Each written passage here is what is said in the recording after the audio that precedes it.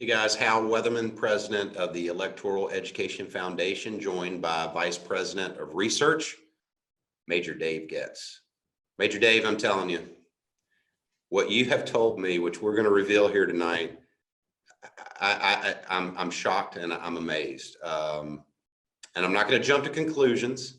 I'm going to let you set the stage, but I know that the EEF, through your research, you were running digital snapshots in multiple municipalities in this last round of municipal elections. Set the stage. Tell us what you did, and then reveal what you found.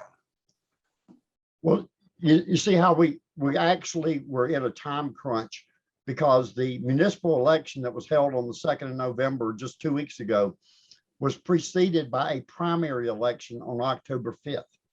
And the problem that created was state law requires that the ballots for a municipal election for the by mail must go out 30 days prior to an election. Well, that would have been October 2nd, but it wasn't until October 5th. So they were in a time crunch.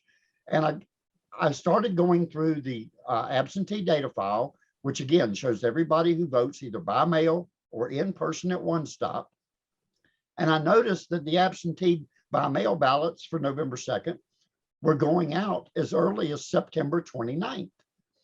Well, the primary wasn't until October 5th, a week later. So were any of those ballots going out to people who were also voting in the primary? And if so, how could they have known then who the winning candidates were going to be in order to have those ballots printed and in the mail by September 29th, when the primary wasn't even finalized? I mean, people were already voting early voting or by mail, but the election day was October 5th. And I found 60 some people in one county alone that had already had their ballot mailed to them. And sure enough, I go to the State Board of Elections website and I start looking for any explanations. And the one thing that people may not know, if you go in and look up your record on the State Board of Elections website, if there's a pending election, it will show you what your sample ballot is.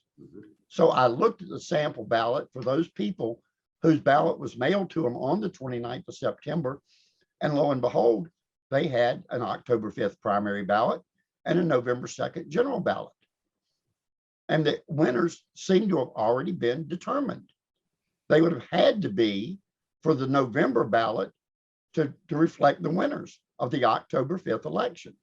So I want to make sure I have this correct. Sure. All right. So again, setting the stage, North Carolina had 90 municipal elections around the state earlier this month. We were running the EEF through your research. You were running digital snapshots of targeted elections. I want to say, how many municipalities were you watching? 20, 24, somewhere in there? Actually, we had 118 races that we were specifically monitoring on an hourly basis on election night back on the 2nd in 34 of our counties. And they were just chosen by me at random. This is our first time out of the gate. Okay.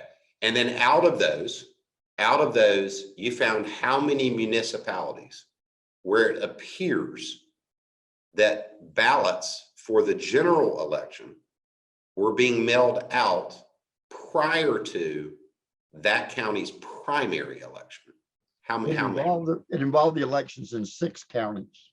In 6 counties. So in 6 counties, according to the database, according to the State Board of Elections database, there are coded entries that imply that ballots for the general election were going out prior to the primary election being completed. Am I saying that right?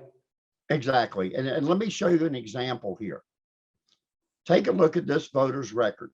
This is my screen. I saved this as a PDF file, and then I scanned the 2 pages side by side. And I redacted the name to protect the privacy of the voter because they haven't done anything wrong. But it clearly shows, if you look at the part where it says sample ballot, it shows the M001, 0001, I believe, and an N005. The M ballot is their primary sample ballot, and the N is their general election sample ballot. And now here, let's put them side by side. Mhm. You can see the candidates for the mayor of Burlington and the Burlington City Council. On the left is the primary ballot. On the right is the general election ballot. You can see the names have been removed. This is the ballot that the data file tells me was mailed to this voter on September 29th.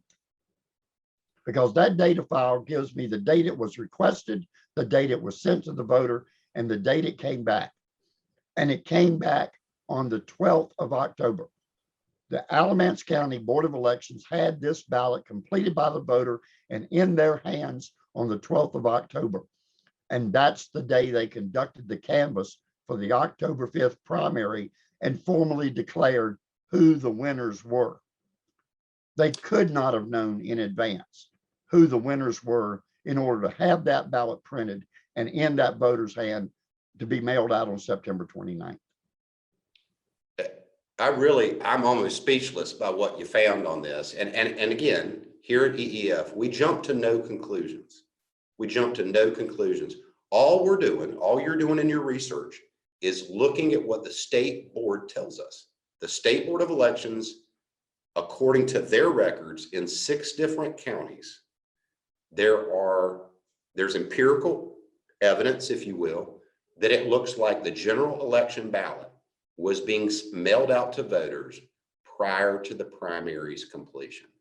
The implication of that, Major Dave, would be that the local Board of Elections had access to the potential vote returns before they are legally allowed to have access to that. Yeah. Again, that's not that is a implication of that, but we want to be, we don't want to jump to conclusions. So what we at EEF will do with your findings, because I think this is not transparent. There's something not right here. And so we're going to yield to the State Board of Elections. I know they have an upcoming meeting, and we're going to get this information into the hands of the board there. And we're going to request what is the logical, innocuous answer to how that could remotely be possible. And hopefully it is some kind of administrative mistake. Hopefully. But this is the level of transparency we need to bring to the voter system. And so we're going to send that to the state board. We're going to get an answer back from them, and we're going to report it to the people watching this video right here. Thank you for this. Listen, I think this is amazing work that you did. And again, it could be something innocent, but if you're going to restore trust in the voting system, the system needs to be transparent and be logical. It makes sense. And there's nothing logical about what you found there. Makes no sense to me. The simple solution is for the county to produce the purchase order where they ordered the ballots that will show what date they were ordered, who they ordered them from, when they were received, and when they were available to be mailed out. And when we have that, then we will be much closer to deciding if there is some logical explanation or if this is something that requires further investigation by appropriate authorities. Major Dave, you're a genius.